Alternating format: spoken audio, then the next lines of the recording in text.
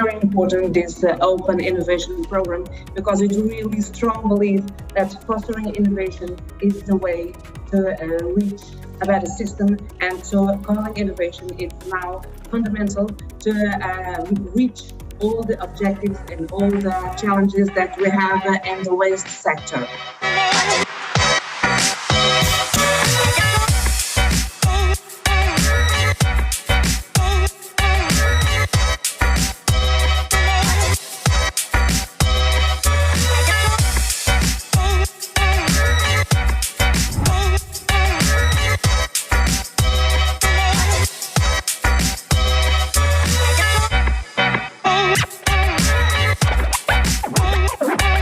Pilots are more complex in a good way. They involve more of the ecosystem in a single pilot, which is fantastic because we are looking at ecosystem issues with an ecosystem solution.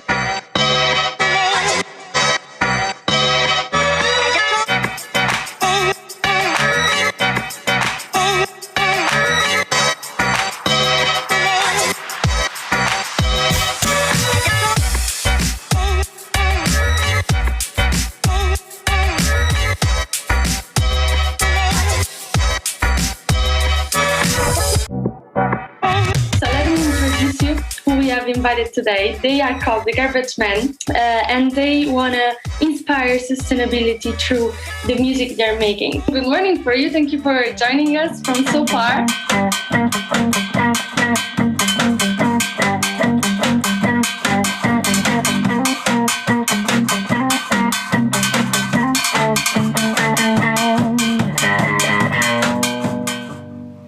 And welcome everyone.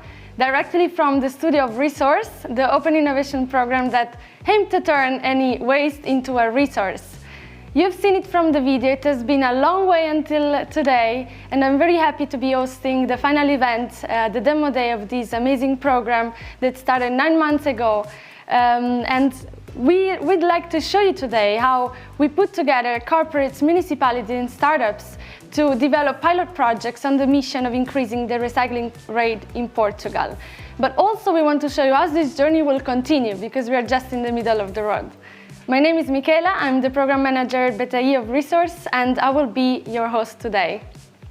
First, let me invite the co-founder and head of innovation at BTI, Manel Tanger, who has a very special opening message for all of you. Hello, Manel. Hey, Michela, how are you doing? Hi, nice to see you. Good, thank you. Nice to see you as well. What an amazing setup Resource has. Fantastic. Look at that.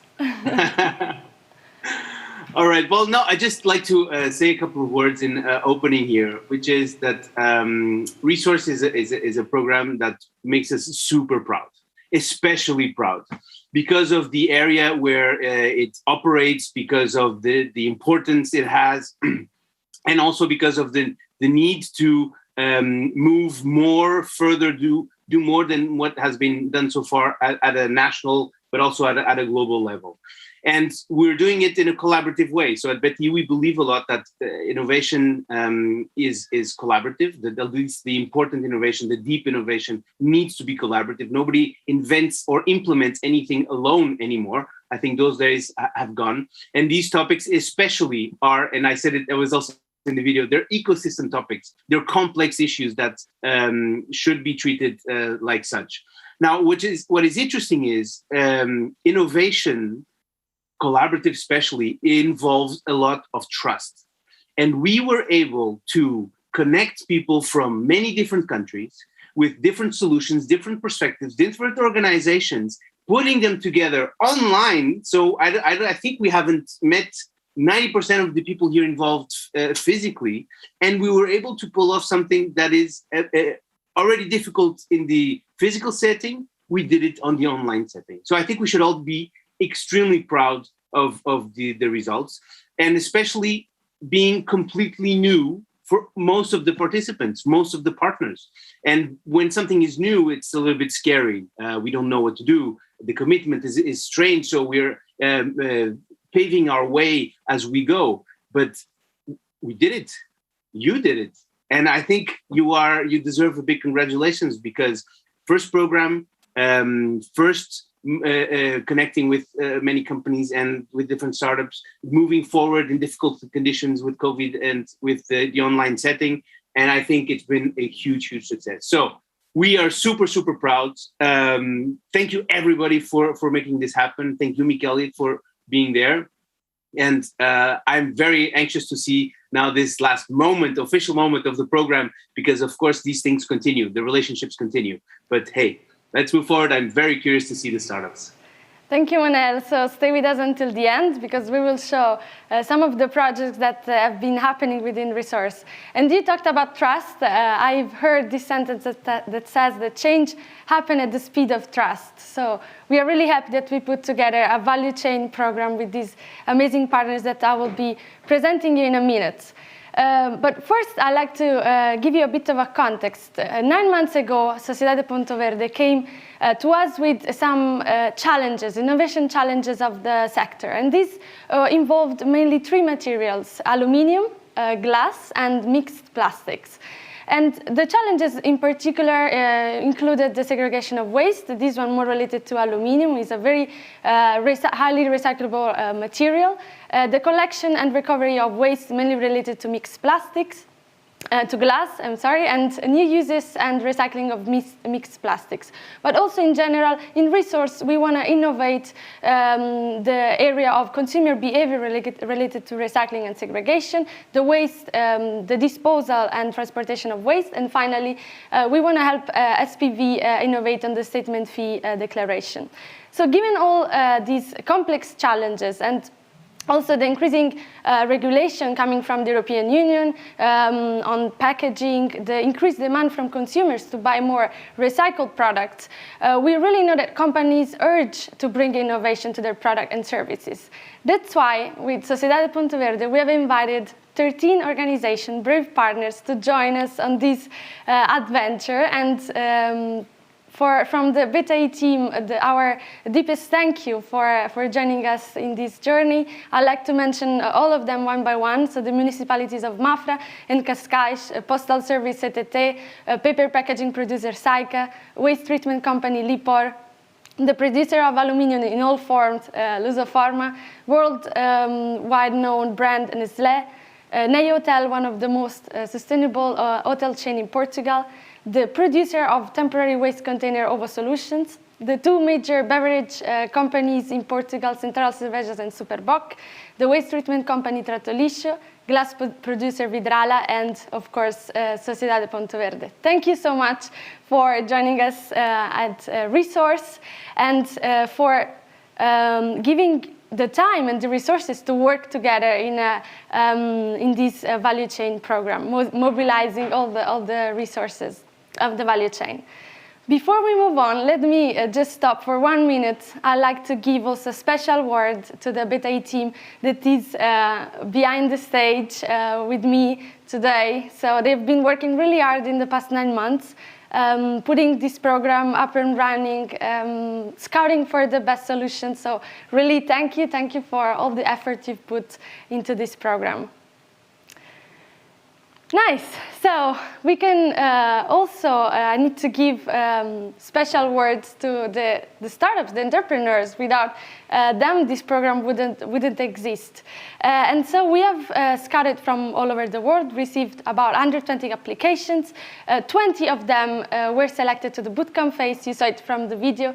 We are talking about solutions like smart bins, track and trace platform, blockchain solutions, different types of social network, monetizable inks. We will meet them more in deep later on. We will directly hear from the founders, but I'd like also to give a special mention to Arclight, Cycle, Greenplat, Recycler, Bini, Fitch, MyResonance, Sensonio, Empower.eco, Magnumer, Polytag, Recircula Solution, Muda Tuca, Plasboc, Relearn, Wingo, UBQ, Trash for Goods, and TipTap. You guys were amazing. You always be in our network and community, so a deep thank you to all of you. All right, after all these thanks and appreciation words, I'm very happy to announce that before the startup presentations, we have a special guest with us.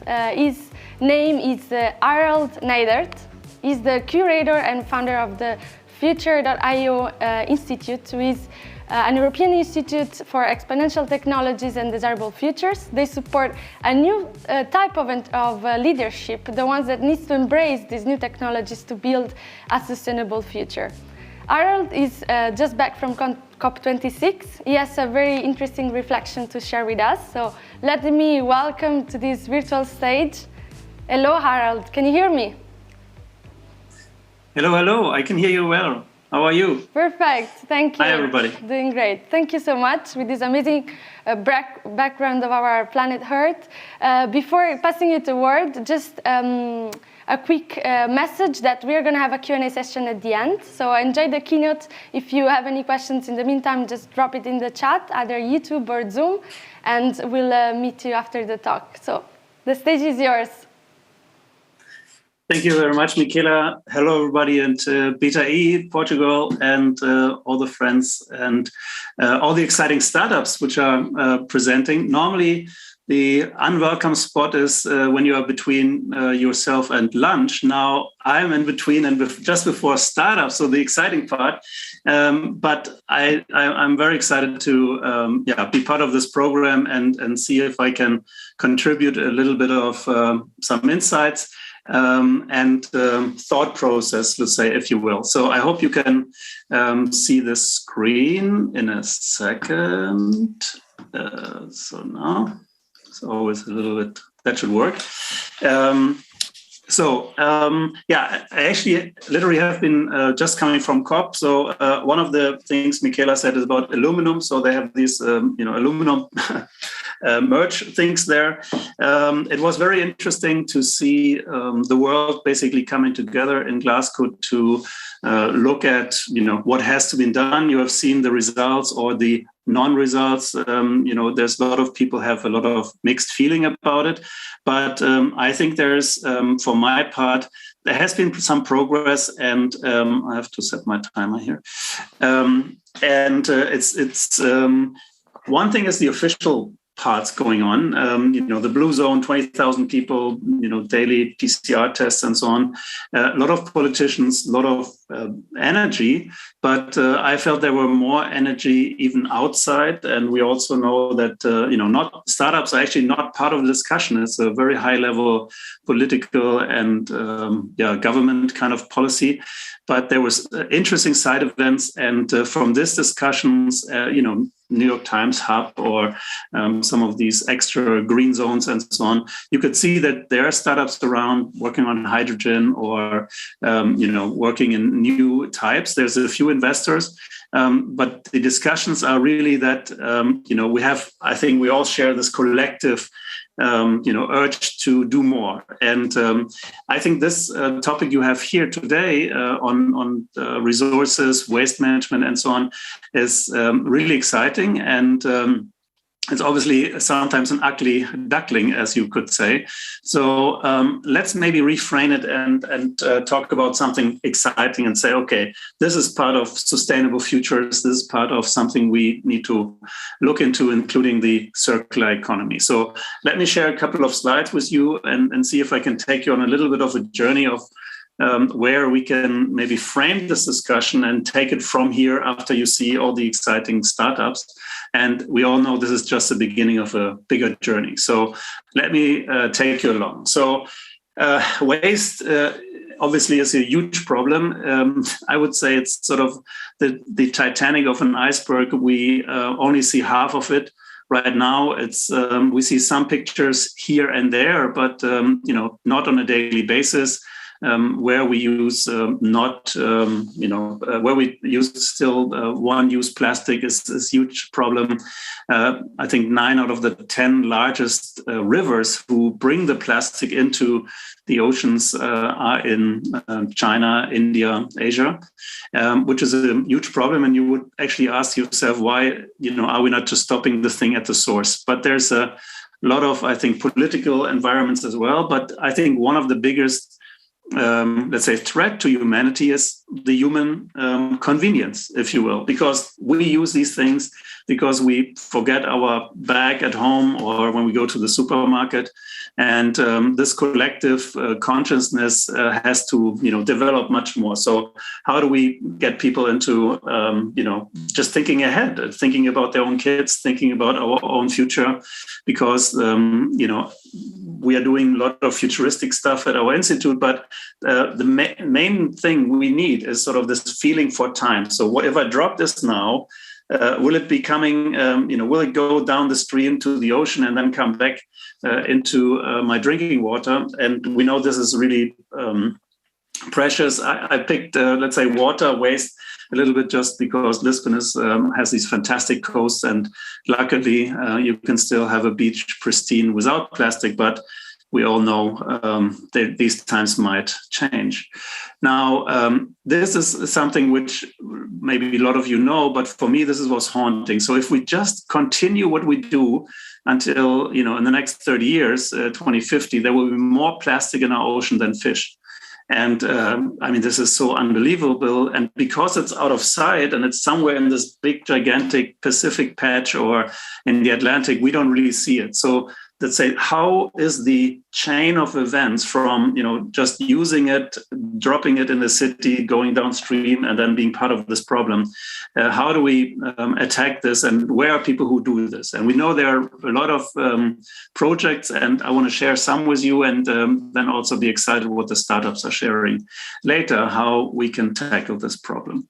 Obviously, there's different kinds of waste management.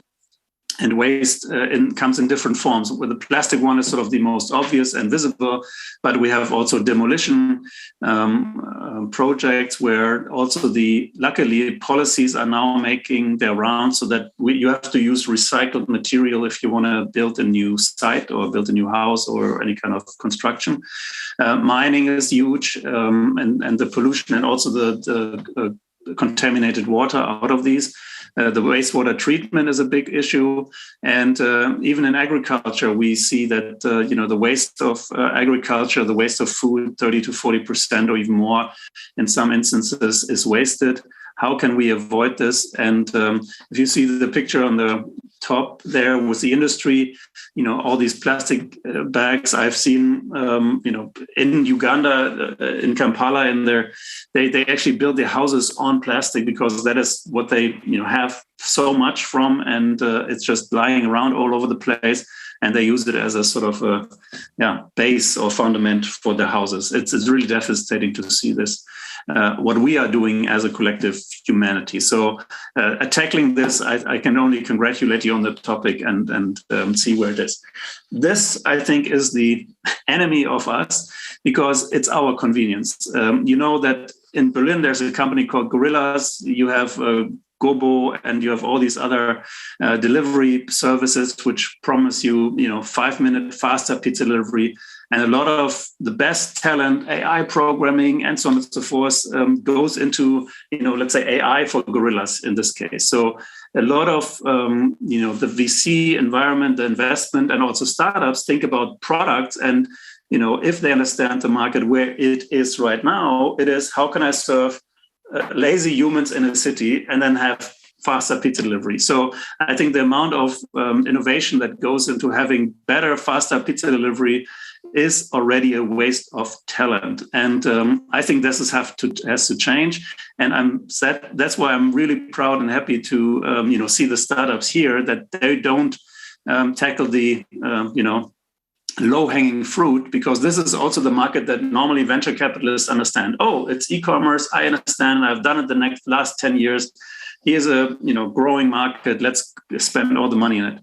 But we also see that luckily there's more thinking behind this, going into these markets, and that we have also new big impact funds being generated, like the World Fund, 350 million recently announced. So I think there's a lot of things where we go from now product-centric to human-centric. I mean, that was sort of the promise of if you use design thinking and you're sprints, and as a startup, you go out and say, how do I have all these, colorful bubbles and stickers all over the place?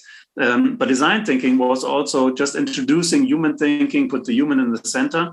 But I think also we have to skip this and really say we have to think more planet-centric.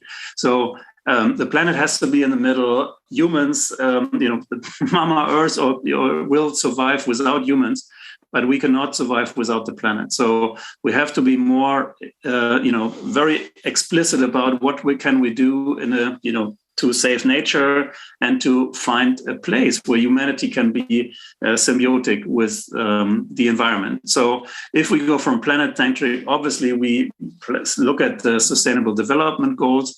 And this is the one thing we have to solve. And the one thing, Earth, comes in this case, 17 goals that we want to achieve until 2030. So before this decade is out, we have to look at these, sometimes huge tasks. There's some of them are so impossible and are relying on new technologies and actually relying on you as startups and innovators to come up with new technologies that have to be invented, implemented, and scaled in the next 8 years. So before this decade is out, we have to bring much more investments into these innovation circles. Sucking CO2 out of the air is one of the examples, which, we have a couple of examples already installed, but these are prototypes, even though huge prototypes, very costly prototypes.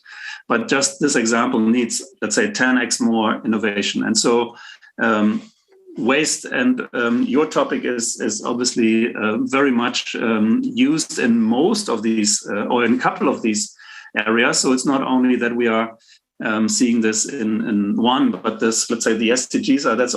That's also why I like it's round, because it's all interconnected. This is a graphic from Johan Rockström, as you know, now the head of the Potsdam Institute and Stockholm Resilience Center. And obviously, we saw it Code Red announced from the UN and after the IPCC report. But we know that climate change, for example, is very close to biodiversity loss, which is the largest, big red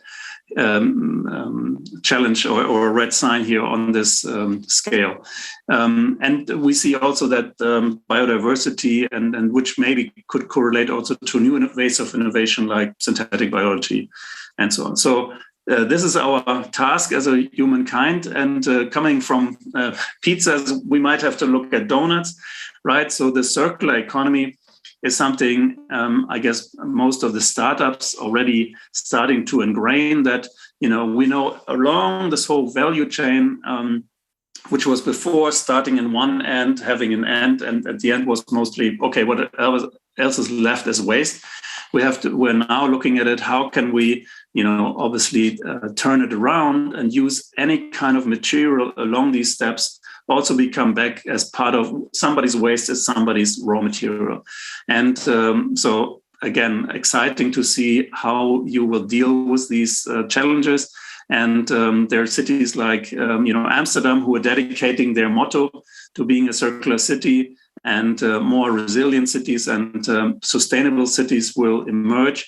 And I think that's one of the most interesting things. So it's very hard for people to change their paradigm and see that they're, the head is round, so that you can look around and also change your behavior and change your attitude.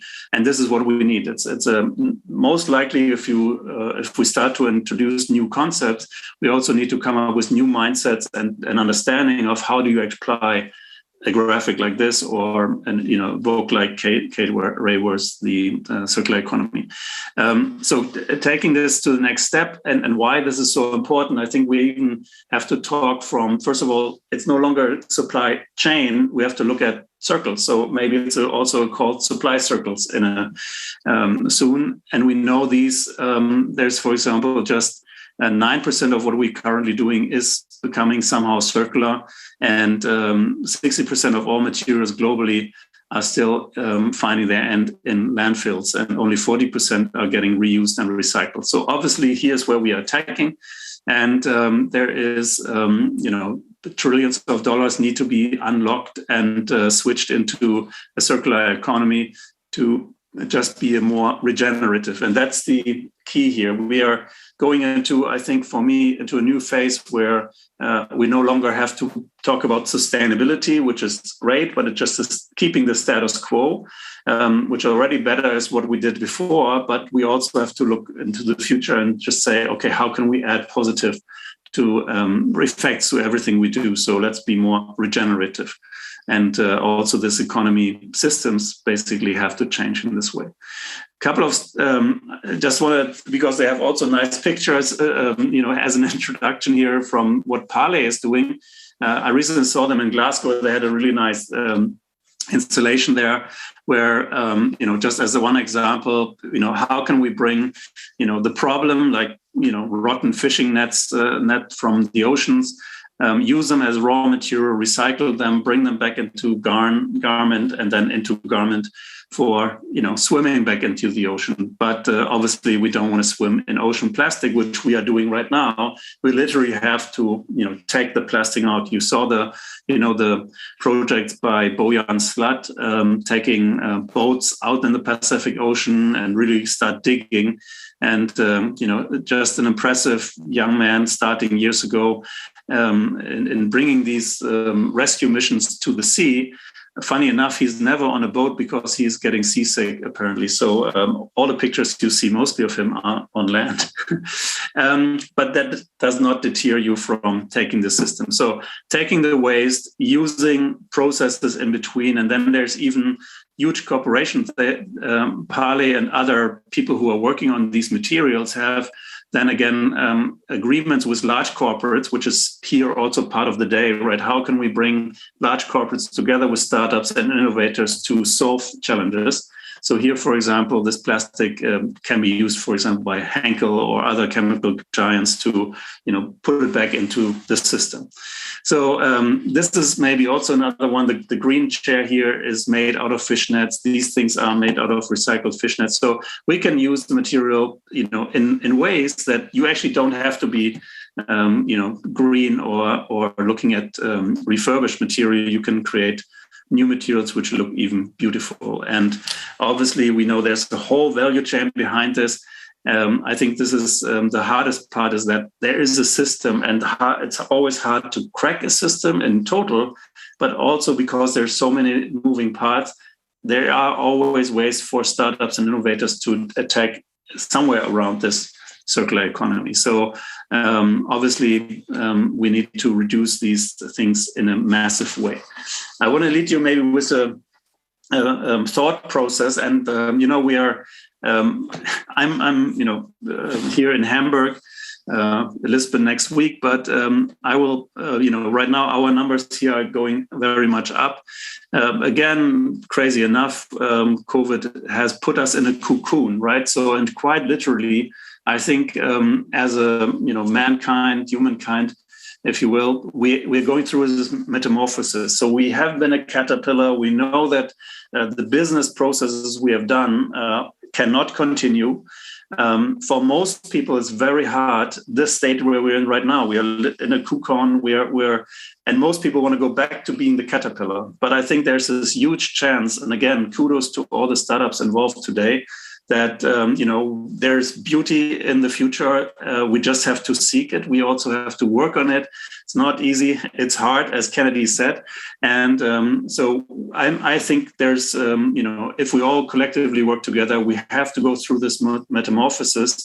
It's not an easy transformation, like digital transformation or sustainable transformation. No, I think we really have to shift all gears to create something new, because the current systems don't work and fail us. So I think that the activism from the street, as we know from Greta and other activists, is something now we have to bring into startups, into corporates, and into every part of our lives. Last 3 seconds. So I think we are in a good position in Europe because the new Horizon Europe program actually is this kind of mission-driven initiative, and there's lots of support for Green New Deal companies, startups, and innovation. So I hope that this could be also part of your program. I know BTI is super connected with Ricardo in Brussels. So I think you're in good hand, and I admire the innovation force coming out of Lisbon and all of Portugal. So our topic is moonshots, and I think all the startups, trying to change the world. And we're literally in the same situation as Kennedy. He was 60 years ago, 1961. He was saying, we want to go to the moon and bring, an astronaut back, up and back before this decade is out. And when he declared these goals, basically, we didn't invent Velcro yet. We didn't have, the trajectory wasn't planned. Half of the technology wasn't invented. But he succeeded, and we are in a similar situation. So until this decade is out, before this decade is out, we need to solve the climate crisis. We need to solve sustainability. We want to solve waste challenges. And so I can only salute and again say kudos to the startups and the teams here. That we all need to create and feel like Kennedy and say, well, this is a North Star. That's what we want to do for our planet, not for the moon.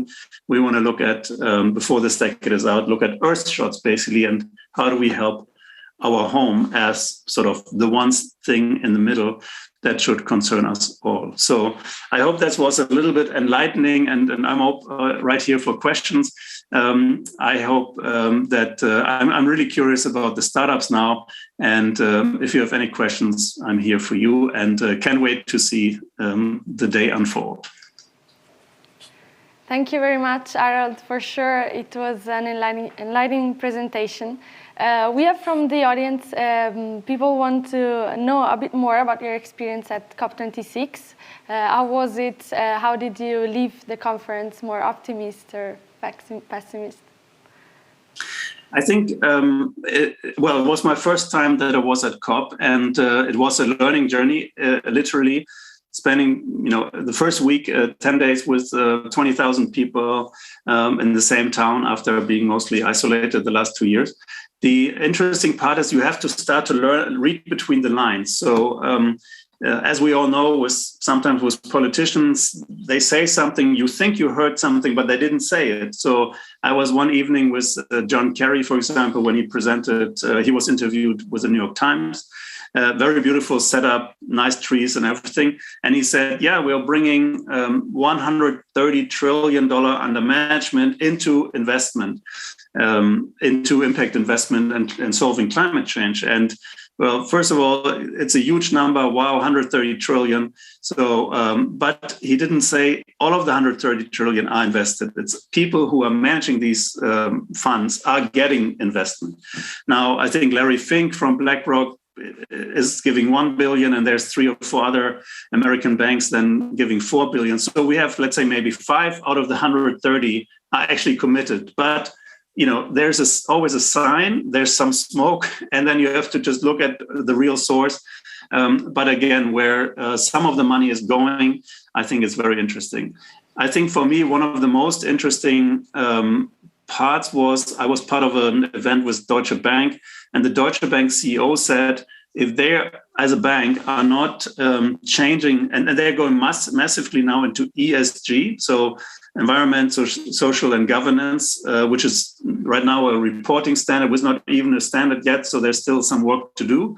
But if you don't have this ESG reporting, you might not get part of the financial need, credits and finance you need for growing your company. So this is essential now. And he said, if we cannot help our companies and we are not going in there as a bank full force, we will be out of business in the next 3 to 4 years.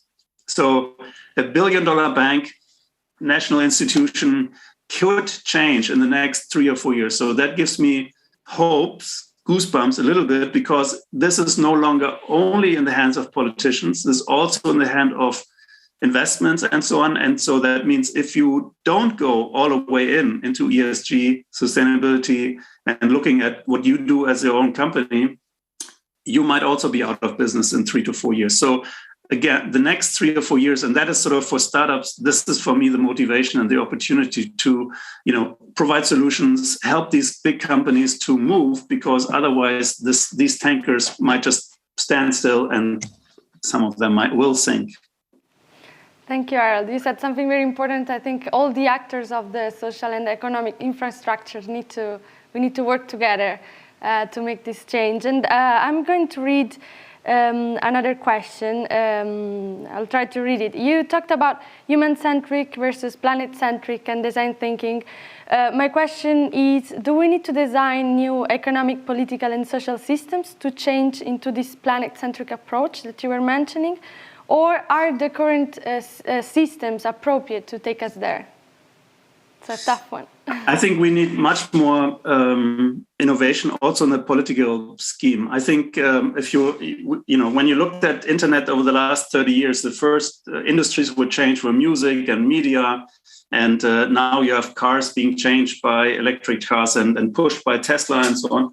But I think government or governance, as in, let's call it an industry or as a topic, also has to go under this let's say, innovation scheme. And we see already that democracy has been under threat in the US, even in Brazil, in some countries which we thought were part of the democracy.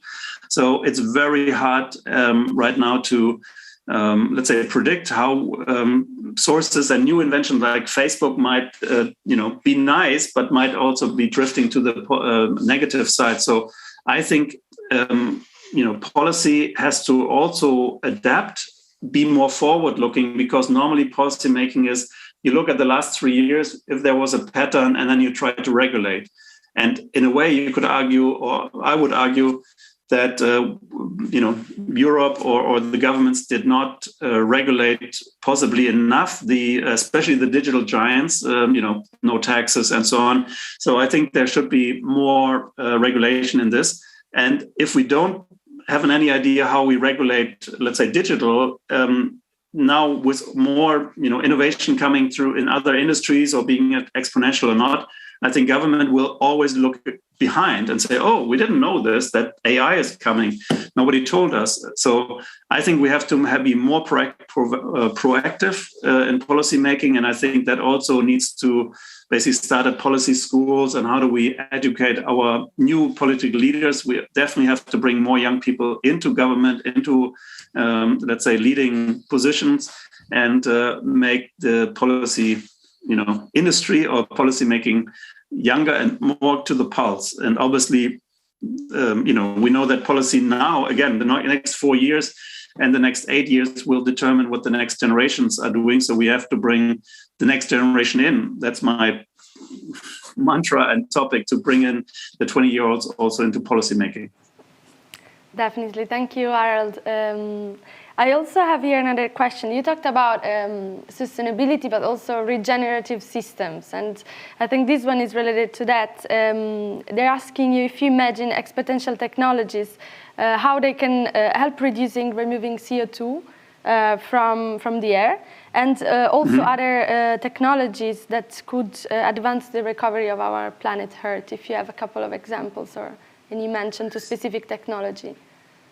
Yeah, well, I think that is a very exciting one, because obviously we know, let's say, if we look at computing as an exponential technology, we have a good feeling about it and say, okay, we have every fall, every winter, there's a new iPhone, okay, and it's 2 times faster than the one before. So we know, we have a feeling for this exponential growth.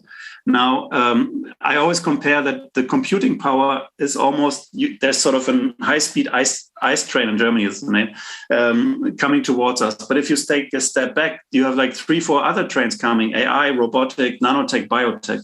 And I'm really looking forward to innovation in biotechnology, synthetic biology. And there's already bacteria that you can train to, for example, obviously we know reduce waste. So, munch on plastics or other organic producers. There's also an interesting thing, which is maybe not exponential, but it's also biology, that, for example, if you feed kelp to cows, they have less methane, outbursts. literally. So I think, let's say our view of innovation is sort of computing has to expand and say, well, what else is there? What other materials or sources of innovation or so can we look? And the biosphere itself is sort of, I think, our biggest inventor as nature. And I think we are starting to get into understanding what this is. I mean, basically, look, the messenger RNA vaccine is already something which is, out of the normal. So that's why some people are still afraid. But it is something which has 30 years of experience and research and so on, which could then allow within a year to have the vaccination. Now, I think this kind of new innovation is something where we have to get used to that. We need new solutions to the problems. Otherwise, we will not be in time in the next 8 years. So I'm excited that, carbon capture obviously is something, but, there's nothing really exponential in building more bigger machines. So I think we're just at the beginning. A lot of this industry, if you compare it, we're still in something like, I don't know, some of you might not even remember, there was a search engine called AltaVista. Then Yahoo came and they went public. And Google, as we know, they actually were they were only the fourth or fifth generation. They went public 3 or 4 years after Yahoo, and everybody thought, no, this market is done. So I think my last sentence here is we are just starting to get into the first AltaVista kind of industries in sustainability. Maybe there's a Yahoo in the next 1 or 2 years, but there will be a $1 trillion market cap company, which is the Google of sustainability, and we have not seen it yet. Might be in the room later today, but I think these companies will get started and will be, by the end of this decade, we see totally new companies, which hopefully then have also meaning and purpose and solve us into these sustainable futures. So that's my call and excitement, which I'm working on with my team and the faculty. And I'm happy that we have all these startups here dedicating their talent to these challenges. So thank you for having me. Thank you so much, Harald. So stay with us until the end if you want to meet the entrepreneurs and the pilot projects, because we are moving finally to the startup presentations. Resource was designed to connect the industry with the new technologies. So let's hear directly from them. The first one is about citizen engagement. It's a startup from Barcelona. It's called Recircula Solutions. They can turn any waste bin into an intelligent deposit system connected to a reward app, then turning the waste bin into a reversing vending machine. Within the resource, they've connected with OVO Solutions, but also the municipalities of Cascais and Mafra. And we have here today, just to introduce the project, David from OVO Solutions and also Sandra from Cascais Ambiente. I think they are going to magically appear in a second. Hello, David or Sandra, can you hear me? Hello. Yes, good afternoon to everyone. Hello. Hi, David. So starting from you, could you tell us a bit more about OVO's participation in Resource and this project with Recircula? Okay. At OVO, we have a mission which is provide to the community a better life. So we are always looking for solutions that allow the planet to have a more sustainable life. It all started 1 year ago when we create a research and development department. And the research and development department is not only to the traditional containers, as you can see in my background, which is a real wall and not a background. We started to hiring tech people with profile of engineer in order to find some solutions in the market that could help all the stakeholders of the chain, citizens, municipalities, collectors, and also us, OVO, to have some value. And what did Miguel Lopes find was a very good product, ReciSmart, which is from Recircula, the Catalan guys that you told us. And the truth is that we can help the citizen to have a good experience when he's recycling, more value for him. We have a prediction of the fulfillment of the container, so you can predict the collection. It's better for the routes of the transportation, and we also can collect some data in order to be treated, and then the managers can make a better decisions, because instead of only data, they will also have insights. So it was fantastic to find out a product like it. Congratulations to ResiSmart and to all the other startups, of course. I would like also to thank to Beta-E and Sociedade Ponte Verde the opportunity that was given to us to can participate with you and share some very good experiences. So thanks a lot to everyone to helping to save the planet. And as Harold told us right now, let's find the future Googles, and I'm quite sure that there are some 3 or 4 Googles in the room. So congratulations to all, and let's move on and keep going on this awesome and brilliant job. Thank you very much, David. I hope that too. And with us, there's also Sandra from Cascais. They're also working together with you on the pilot. So I'd like to hear from Sandra how it has been for Cascais municipality to be part of this program. Hello, Sandra. Hello. Hello, Michaela. Good afternoon, everyone. First of all, on behalf of Cascais Ambiente, I would like to thank Sociedade Ponte Verde for inviting Cascais to be our resource partner. It's been about 7 months of thinking about issues related to recycling and the challenges that we have in the future. We have chosen Recircula project to host it in Cascais. We believe that the circular economy technology project may be one of the solutions to increase the amount of glass and packaging collected in our municipality. We have already a deposit and return system ongoing. It is a project too, and a pilot. In 11 months, it started in January, and despite of the pandemic, we have already collected 100,000 beverage containers of glass, PET, and aluminium. We have only 15 machines, but we have this huge these huge numbers of beverages that we collected, and we exchange. It means the citizen go there and deliver the beverage, the bottles, and they exchange it for city points. It is already a system that we have, and it change this city point is not money, it's only a prize to do the good action, and we can exchange it for services and products in the municipality. But we want more, and we think this with this pilot, with the Recircula, we can have it. So we want to be ahead of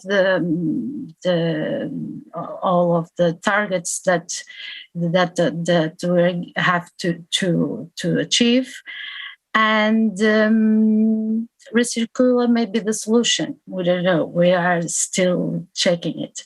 So we want to evaluate the technical quality of the solution. We want to evaluate the service provided by Recircula and Ovo Solutions.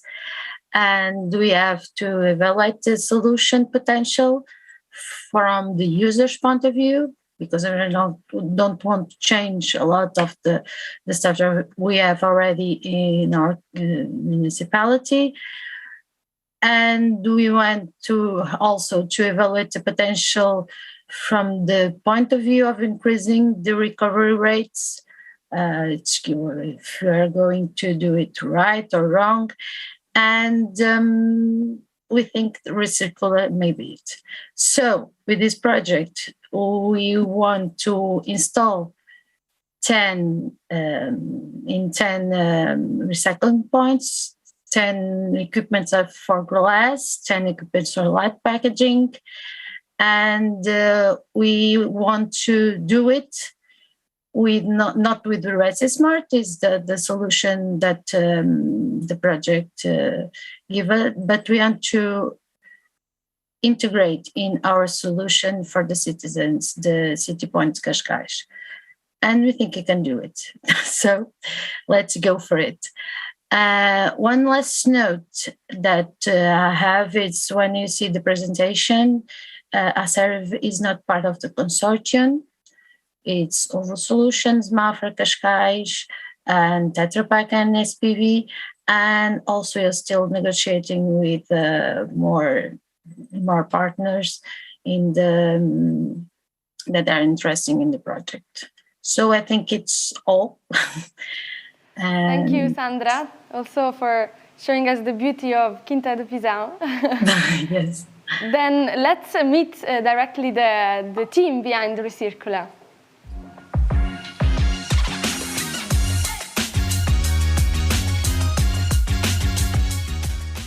Hello everyone, I am Benjamin Varese from Recircula Solutions.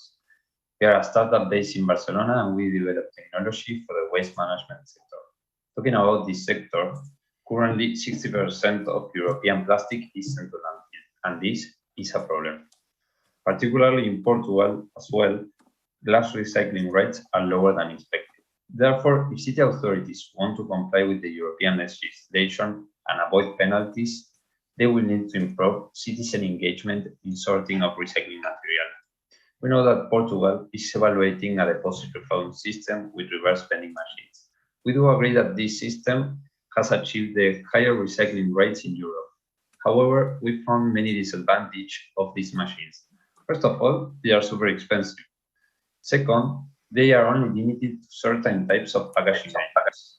Finally, they can only go indoors, so they represent a change in the habits of citizens that will now need to travel more to recycle. Therefore, we created ResiSmart. ResiSmart is the first IoT device capable of identifying all types of packaging waste and that can be fit into any waste. With ResiSmart, we convert single waste bins into cost-effective reverse vending machines. Thanks to our unique material characterization, we are able to detect plastic bottles, metal cans, beverage cartons, and glass items. How it works? Citizens log in to ResiSmart device with the smartphone or with their RFID card. They recycle the items one by one, and they will receive points.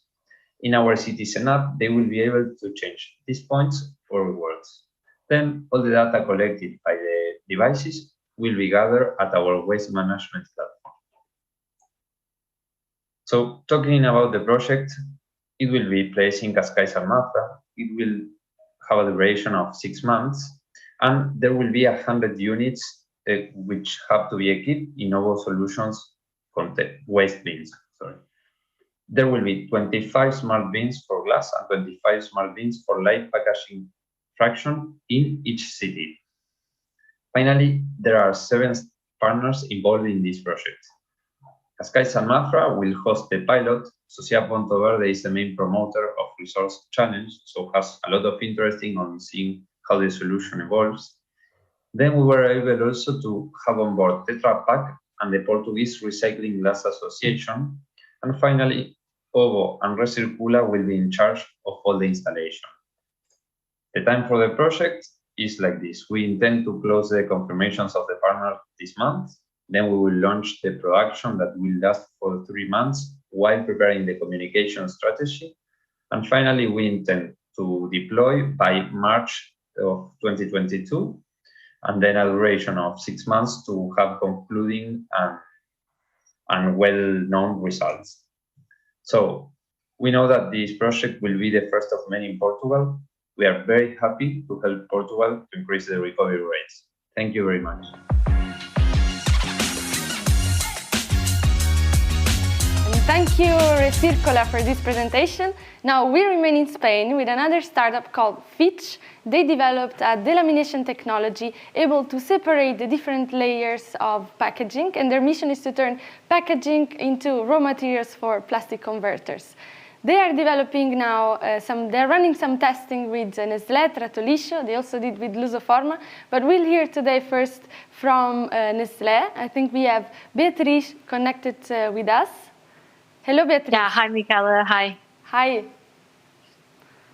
Hi. So, it has been a great journey to be part of the Resource project. So, lots of new startups, new ideas. So, very happy to be a part of it, especially because at Nestlé, we're committed to reduce waste and lead a change, especially on packaging. So Fitch was the perfect partner for us to do this. So we are committing to changing 100% of our packaging to be reusable or recyclable until 2025. And we want to do it through innovation, through changes and adaptation of our materials, but also by promoting and investing on new technology, just like Fitch's, that, as you mentioned, is proposing a new technology to recycle mixed plastics. So it was very interesting to be a part of it, to test how the technology worked in our products and to see that it really does, and that it separates into monomaterials the more complex ones, such as the Tetra Paks, for example, and to really help accelerate this project. And we are really looking forward to see the results, the developments, and what the future will hold for Fitch. Very much, Beatriz. 100% is a very good number for recycled packaging. Let's now move to Trato-Liscio. We're also testing with this technology. Patricia. Hello, good afternoon, everyone. It's a pleasure to be here today with you. Trato-Liscio is a municipal solid waste management company. We decided to join Resource program because it would allow us to interact with all the value chain regarding urban waste. It was an opportunity to gain more knowledge on waste management technologies, but also to increase our recycling rates, and so to improve our service to the municipalities and on a sustainable way, and give a contribute for the circular economy. The reason that got us interested in Fitch startup was because they presented a technique that would allow to recycle multi-layer packages, which are very common on the urban waste we treat. During the Resource program, we sent some samples for testings in their facilities, and the results are very motivating. We'd like to continue studying this solution in future steps, no more, and involve other partners of the recycling market and also packaging managing entities so that we can achieve national and European recycling goals. Thank you. Thank you very much, Patricia. And I also like to mention that also Lusoforma during the bootcamp ran some testing with the startup, obtaining great result, 100% separation rate to part of their packaging. So now let's meet the founders of Fitch.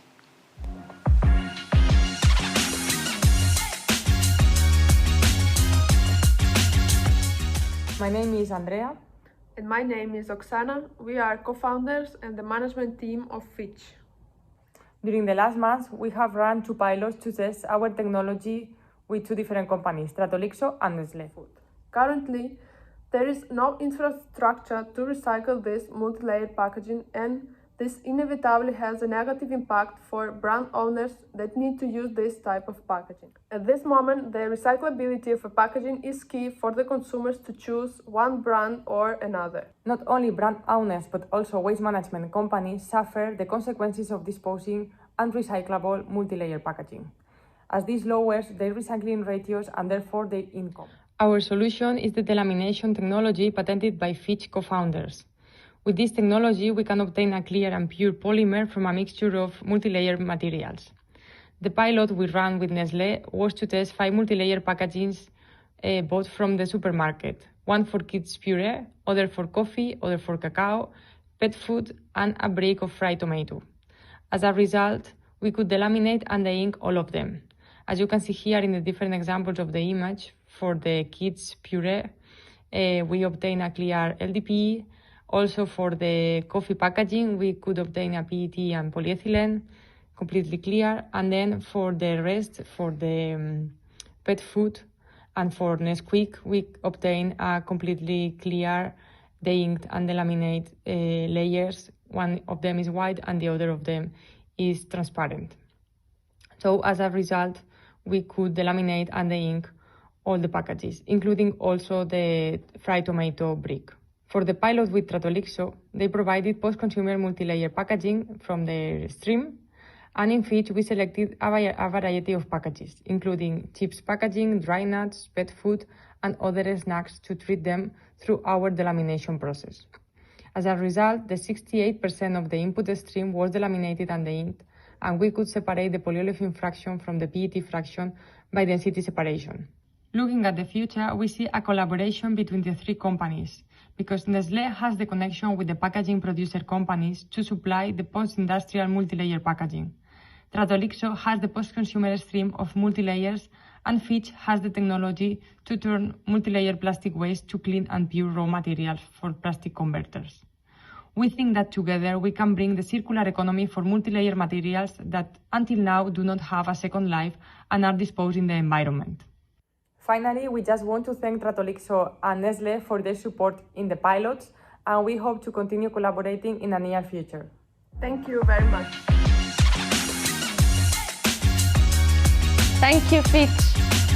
And now is another startup who is trying to impart sortability and recyclability to some of the products of the corporate part of the program. I'm talking about Magnomer. It's a startup that uses a magnetizable ink to separate shrink sleeve labeling from packaging. They are now fine-tuning the pilots with Superboc, and we have here Graça with us to tell us a bit more about this project. Hello, Graça, are you there?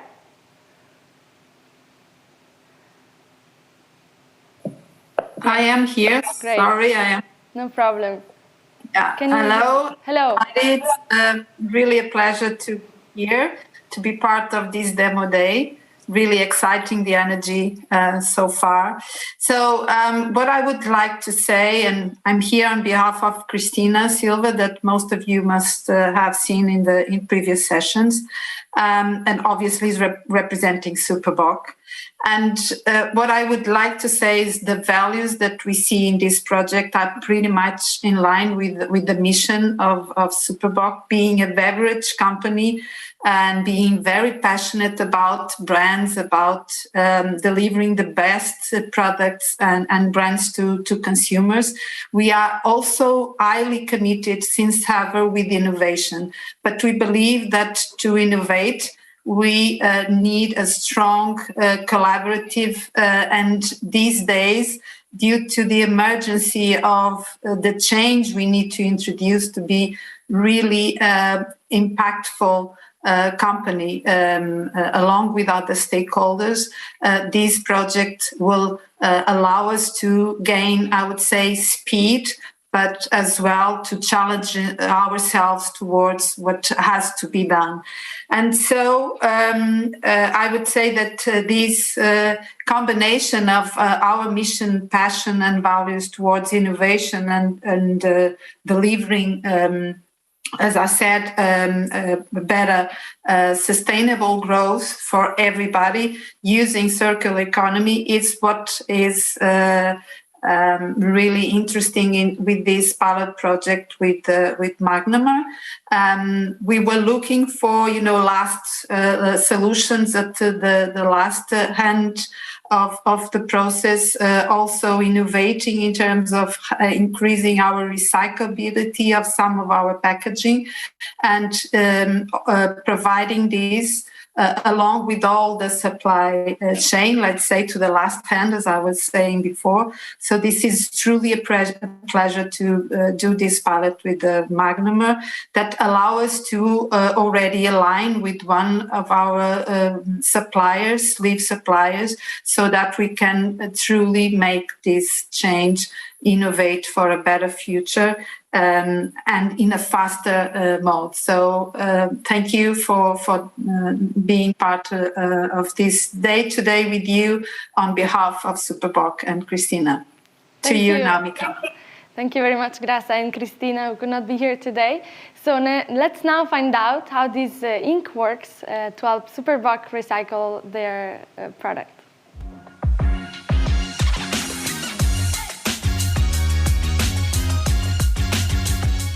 Hello, and thank you for joining us. I'm Ravish Majitia, the founder and CEO at Magnomer. As many of you already know, Magnomer is a material science startup introducing a novel category of magnetizable inks in the plastics packaging market. Our inks are intended to provide a sortability feature to plastics packaging, which is one of the core issues which prevents recyclability of said packaging. Magnomer's inks can be applied to a variety of different plastics packaging, ranging from our Magmark SS inks for shrink sleeves all the way to Magmark ML for mono or multi-layer packaging and Magmark PS for pressure-sensitive labels. We introduced these solutions to the various partners at Beta I. Specifically, the issue of shrink sleeve recycling on PET bottles caught attention of many individuals. Shrink sleeves are a versatile label technology widely used in the industry for PET beverage, but they are a big issue when it comes to recycling of bottles. Magnomer's Magmark SS inks is a seamless product that can be applied on a variety of different shrink sleeve labels. Our inks impart magnetization and therefore the ability to separate these undesirable labels in PET bottle recycling. We showcased this product to a variety of different stakeholders in the Beta I forum. We showcased the ability to print this at commercial scale with demo videos seen here, print bottles as they would normally with existing graphics, but remove these undesirable shrink sleeve labels in recycling, and have shown commercial test videos to Beta I partners to showcase the value proposition. Magnomer in the past few months has been working with the Superboc group, who is extremely interested to pilot this product. SBG has realized that Magnomer's Magmark SS inks are a plug-and-play solution for their existing labels. Our transparent Magmark SS ink complement the existing SBG packaging graphics, and the PETG sleeve, which is widely used in the industry, can be used now for a recyclable PET bottle product. SBG has taken a lot of effort in already identifying label suppliers within its supply chain so that we can pilot our unique product on their packaging. We've had multiple meetings with SBG and their label suppliers for such pilot planning. The next steps expected are SBG will print PETG labels with our Magmark SS inks with its existing label supplier. And that would mean that SBG would be the first beverage brand in Portugal to use a recyclable PETG shrink sleeve. That is a huge environmental impact for a brand as reputed as SBG. Shrink sleeves with Magmark SS inks can increase PET recycling yields by up to 20%, and we are excited to show this potential in the European market and specifically in Portugal along with Superboc Group.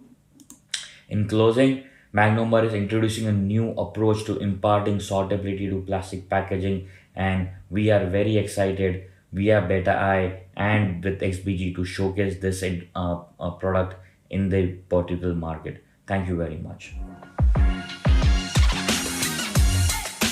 Thank you to Magnomer. Now it's time to fly to Scotland, but with a digital passport, because this is what this startup is doing, is creating for all the products. They apply a unique code connected to a passport where we can track every time a product is filled or recycled. REIT is collaborating with Sociedade Ponte Verde and Superboc on a pilot to help Sociedade Ponte Verde to work on their fee declaration. And we have with us today Hugo Pimentel from Sociedade Ponte Verde. Hello, Hugo. Hi, Michela. Hi. Good afternoon. Good afternoon. So, thank you very much. I'm so glad to be here with you today. What has been a rich journey of 9 months alongside Beta I, our partners and so innovative startups, bringing exactly that innovation to our packaging value chain. So about this packaging traceability solution that is relied in digital passports of the products provided by Wreath. From our point of view, from Sociedade Ponto Verde point of view, we believe that can be a perfect match for one of the challenges launched in the resource program.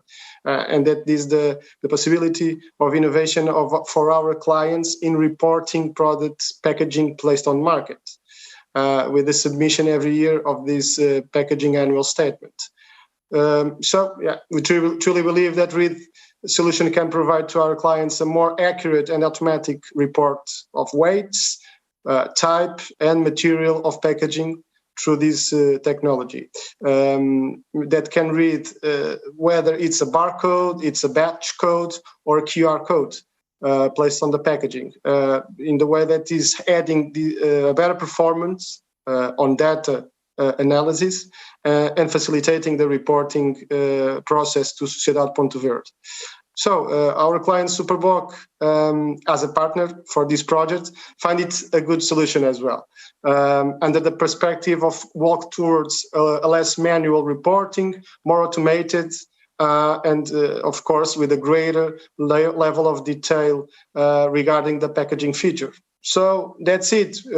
We will move on with this partnership, and let's go testing on the ground. Thank you very much, Hugo, also for all the commitment. Well, let's find out how this process would work with Claire from Wreath.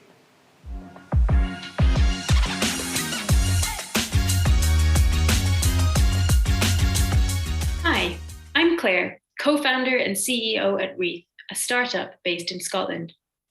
We provide digital passports for physical items, unlocking a whole host of opportunities for businesses, ranging from better and more accurate sustainability tracking through to increased opportunities to engage with customers. Superboc Group was interested in how they could use digital passports for their beer bottles and wanted to understand the benefits that could bring them, as well as what software would let them do it at scale and how the Wreath solution could support them. We're Wreath. We specialize in digital passports for physical items, and we have a particular focus on items that have to comply with regulations, like packaging. So how does a digital passport actually work? The way a digital passport works for packaging is to connect a unique physical ID on the bottle or piece of packaging with a digital version of that packaging in the cloud. The digital passport then begins to be populated, like your passport when you travel. When the packaging is filled with a new product, or when it's recycled or reused, it can get a stamp in its passport. And you can then do all kinds of interesting calculations with that data, or you can share critical information with partners, suppliers, and even customers. When we were paired with Superboc Group to explore a pilot project, we focused the initial meetings on exploring all of the different use cases for digital passports. These ranged from giving end consumers more data about recyclability, reusability, end of life of the packaging, and that kind of thing, through to giving them more information about the product that's inside the packaging.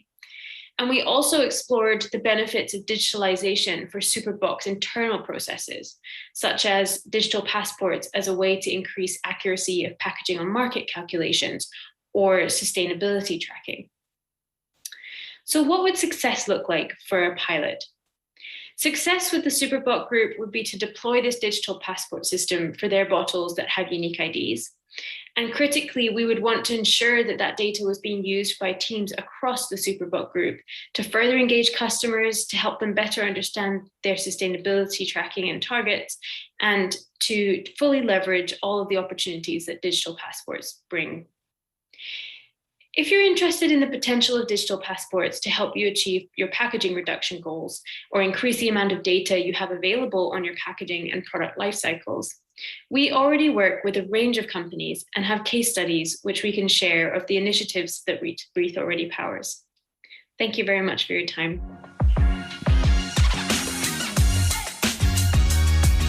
And thank you, Wreath. The next one is also a track and trace technology. They're called Polytag, and they allow brands to implement a cheaper and more effective digital deposit return scheme. They're working now with the waste treatment company in Portugal, Lipor, and I think we'll hear today from Benedita. Hello, Benedita, can you hear me? Hello, Michela. Hello, everyone. Hello. Good afternoon. So my name is Benedita. I am the R&D unit manager at Lipor. Lipor is a non-profit waste management association. We treat and manage the waste of 1 million inhabitants in the Porto region. Sustainability and innovation are both in our DNA. One of the projects that we have ongoing is a data center to monitor door-to-door collection schemes where we monitor the collection frequency with RFID that we have on our trucks of the 8 municipalities that we have. The deposit return scheme is a big challenge for us and for all the value chain that is involved. And Lipor would like to contribute for the best solution for all the stakeholders, especially the citizens, because we depend on them to correctly separate the waste that comes to us. And without them, we do not reach the targets from the EU Commission. So Polytag presented an interesting solution, technological solution that we would like to test and see if it solves the problem. We are all working together with other partners of the value chain too to design pilots in the Porto region and check its viability. So thank you so much for being part of this journey, and let's hear from Polytag. Exactly, Benedita. You just called for the intervention of Polytag. Let's hear from them.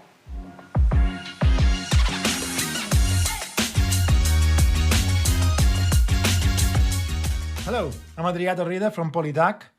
Polytag is an enabling technology which facilitates governments, brand owners, and all the rest of the key stakeholders in the recycling industry to move to the packaging circular economy.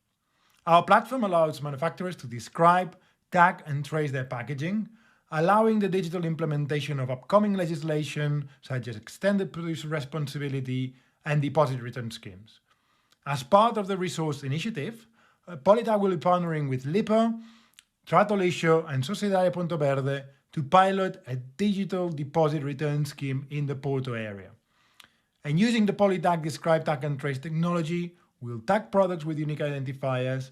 The pilot participants will be citizens, will be recruited in the supermarkets, consumers from the supermarkets, and they will be able to scan those unique codes with a purpose built up and claim their deposits from the comfort of their homes without having to use inconvenient and expensive reverse vending machines.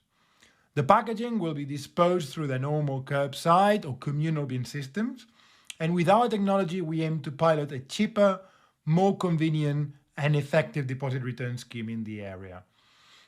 We have recently piloted our system in partnership with the Welsh Government in Conway with really good results, and they are available in different reports that we have published. And we hope to replicate the results of the Welsh pilot with the particularities of the collection system in the Porto area. Thank you very much.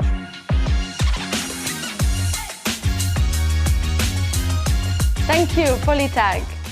And now imagine I would launch a sustainability and recycling challenge with the one of you that are watching this event from their couches. I could do this very easily with this gamified platform called My Resonance. They are now working on a pilot with Lusoforma, but also Lipor. We are still fine-tuning the details. But we have here with us today Claudia from Lusoforma, who wants to explain us a little bit about this project, but also their presence at Resource. Hello, Claudia. Hello. Hello. Hi. I can see. Hello. Hi. Hi, Michela. We in Lusoforma produce aluminum containers for food. Aluminum is an easy to recycle material, but is not collected and recycled as we think they should. Aluminum is forever, and we shouldn't forget that. We believe that one of the reasons of the low collection rates is because its qualities and value of aluminum are not known by the consumers. We found in MyResonance a good concept to engage people to sustainability using gamification and social communities. We can use anti-games, spread knowledge, and encourage people to adopt their better behaviors, and at the same time support local social projects with donations that are part of their community. And that's one of the things we think is most important: give information about what to do and why to do, and contribute for a more circular economy and sustainable world. Which we found in MyResonance interesting ideas to spread these sustainable ideas. And we are working together to achieve it by developing its platform and increasing the contents to our community. And we will focus our community on circularity of materials and in the better resources management, involving the communities and consumers. We still have a long way to do, but in the end, we expect to have a place to play and learn. And now MyResonance can explain a bit more about their project. Thank you very much, Claudia. So let's meet MyResonance.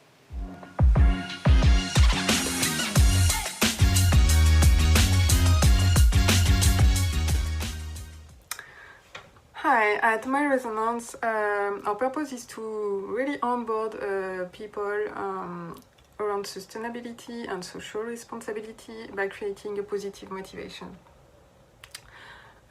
We help users on our platform to participate in different experiences around sustainability within different communities and with gamification elements, so they can earn a right to support projects and causes they care for in the meantime. Our objective here with the different partners is to help them to engage their own community in their sustainable journey. So we will help them to create open communities, communities for their workforce, for their clients, their partners, but also for public citizens. And within these different communities, they will be able to promote their sustainable way of life through bespoke experiences around sustainability and propose some actions based on their own values. So action around reducing waste, separating, sorting, recycling, upcycling, all these sustainable actions.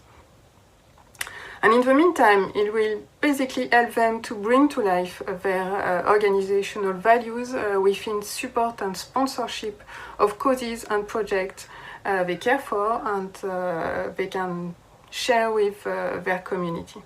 Thank you.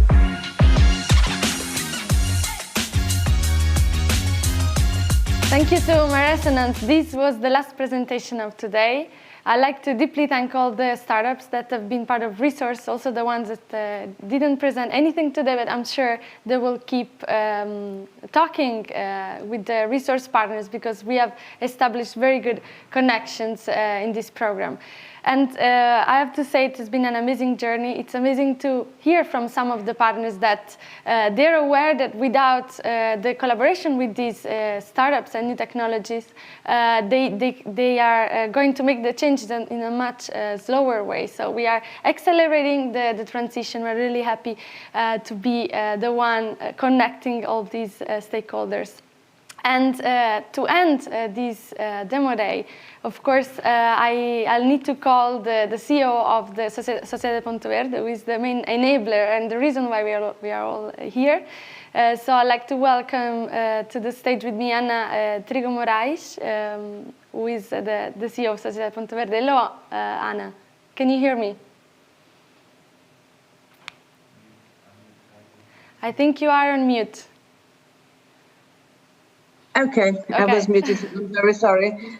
Okay, thank you very much. It is it's a big joy to be here this afternoon and listen all the projects and realize that this partnership that we have developed between BETA-E and the Sociedade Ponto Verde bring us some extraordinary results through the innovation and through the innovators, and also with the collaboration of all our partners, our companies, clients, and other partners partners that we have in this value chain.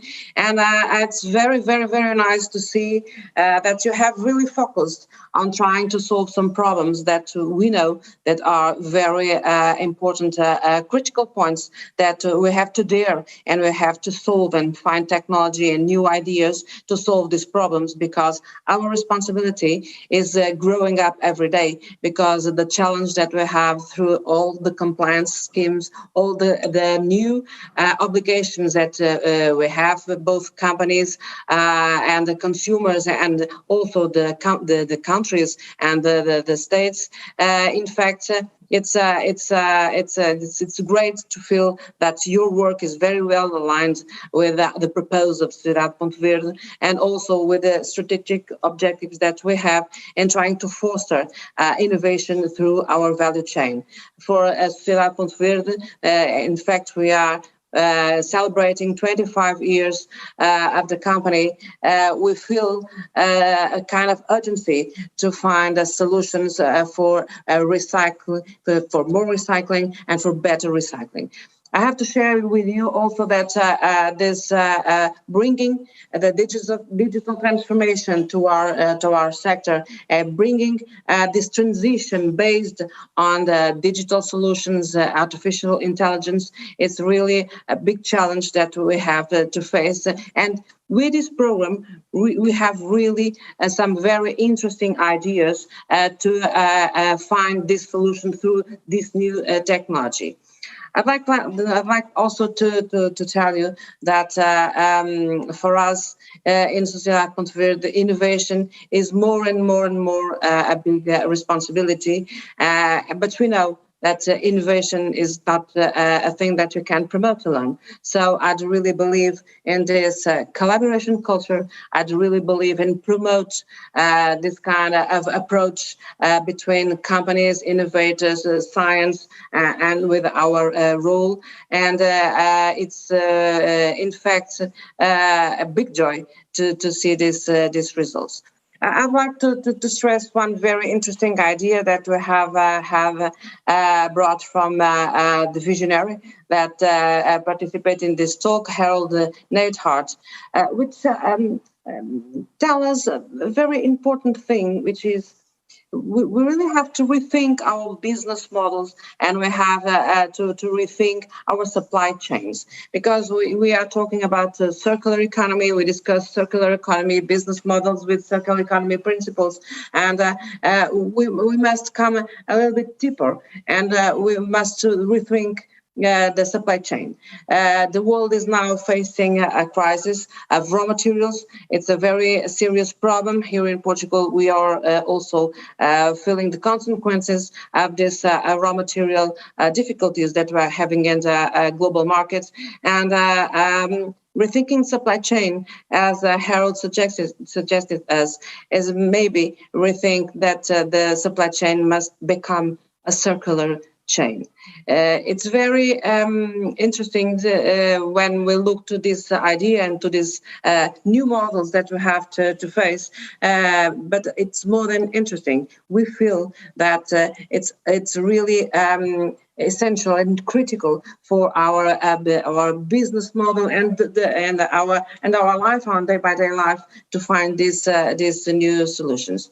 A final note, because I was so happy to listen to everybody, all the partners and all the innovators and companies that bring us these very interesting ideas. I'd like very much to thank you all. I'd like to thank our partners, our companies. I'd like to thank so much to BTI, because they are really a very, very, very aligned and committed partner of Ponto Verde in this new way of fostering innovation in our value chain. And finally, I'd like only to share with you that now we have we find the problems. We have the innovators thinking about it, and all the other people. Now we have to still work. And there's a lot of work that we have to face. And congratulations, everybody. We have to continue this work and this challenge to bring to the Portuguese recycling process and to all this environment and this community other the recycling actors. It is great to have you with us. Thank you very much. Congratulations. And we have to go on. So the show of innovation in recycling process must go on. Thank you very much. Have a wonderful weekend, everybody. Thank you. Thank you very much for these last words. Indeed, the journey is continuing. We are not stopping here. All these projects are going to go on, and we are here to support you. So it has been an amazing pleasure to work with all of you and to host this event. We'll keep working and moving the packaging circular economy, turning waste into a resource. So thank you to all of you for being with us. Goodbye. Goodbye.